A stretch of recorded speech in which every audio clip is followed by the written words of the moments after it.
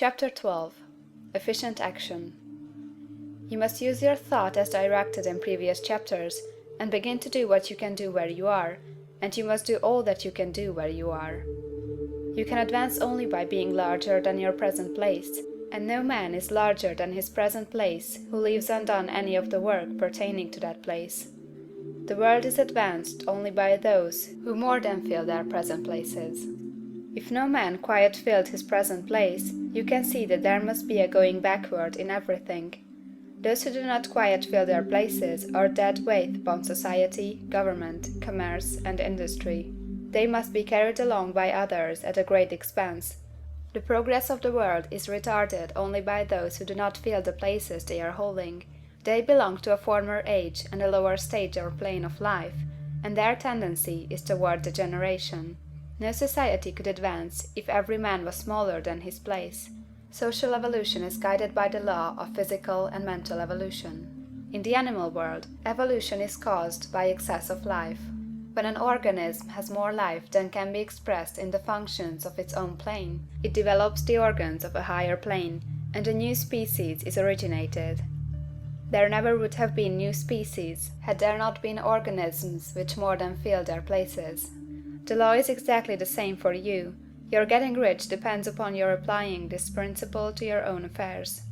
Every day is either a successful day or a day of failure, and it is the successful days which get you what you want. If every day is a failure, you can never get rich, while if every day is a success, you cannot fail to get rich. If there is something that may be done today, and you do not do it, you have failed in so far as that thing is concerned, and the consequences may be more disastrous than you can imagine. You cannot foresee the results of even the most trivial act. You do not know the workings of all the forces that have been set moving in your behalf. Much may be depending on your doing some simple act. It may be the very thing which is to open the door of opportunity to very great possibilities. You can never know all the combinations which Supreme Intelligence is making for you in the world of things and of human affairs. Your neglect or failure to do some small thing may cause a long delay in getting what you want. Do, every day, all that can be done that day. There is, however, a limitation or qualification of the above that you must take into account. You are not to overwork, nor to rush blindly into your business in the effort to do the greatest possible number of things in the shortest possible time. You are not to try to do tomorrow's work today, nor to do a week's work in a day. It is really not the number of things you do, but the efficiency of each separate action that counts. Every act is, in itself, either a success or a failure. Every act is, in itself, either effective or inefficient. Every inefficient act is a failure, and if you spend your life in doing inefficient acts, your whole life will be a failure. The more things you do, the worse is for you, if all your acts are inefficient ones. On the other hand, every efficient act is a success in itself, and if every act of your life is an efficient one, your whole life must be a success. The cause of failure is doing too many things in an inefficient manner, and not doing enough things in an efficient manner.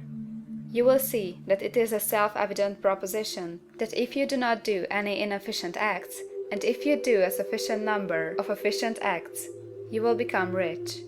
If now it is possible for you to make each act an efficient one, you see again that the getting of riches is reduced to an exact science like mathematics.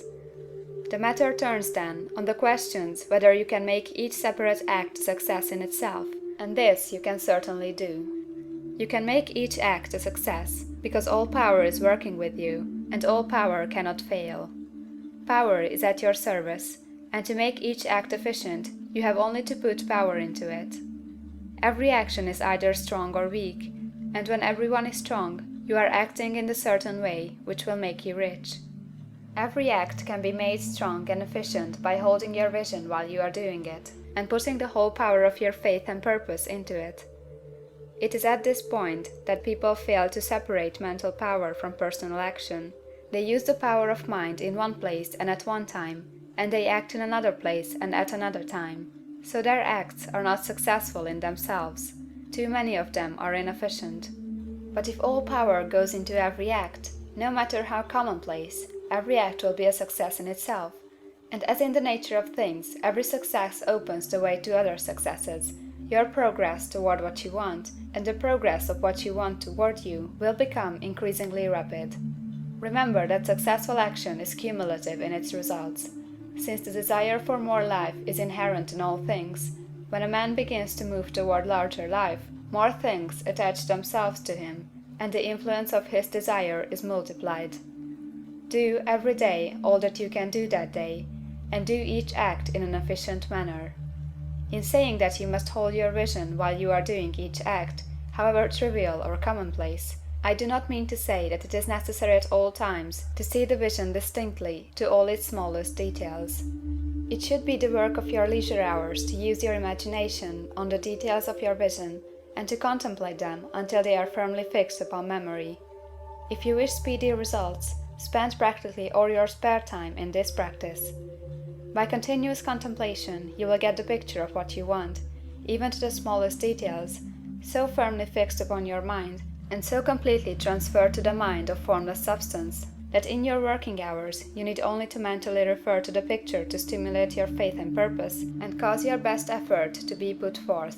Contemplate your picture in your leisure hours until your consciousness is so full of that you can grasp it instantly. You will become so enthused in its bright promises that the mere thought of it will call forth the strongest energies of your whole being. Let us again repeat our syllabus, and by slightly changing the closing statements, bring it to the point we have now reached. There is a thinking stuff from which all things are made, and which, in its original state, permeates, penetrates, and fills the interspaces of the universe. A thought, in this substance, produces the thing that is imaged by the thought. Man can form things in his thought, and, by impressing his thought upon formless substance, can cause the thing he thinks about to be created. In order to do this, man must pass from the competitive to the creative mind. He must form a clear mental picture of the things he wants, and do, with faith and purpose, all that can be done each day, doing each separate thing in an efficient manner.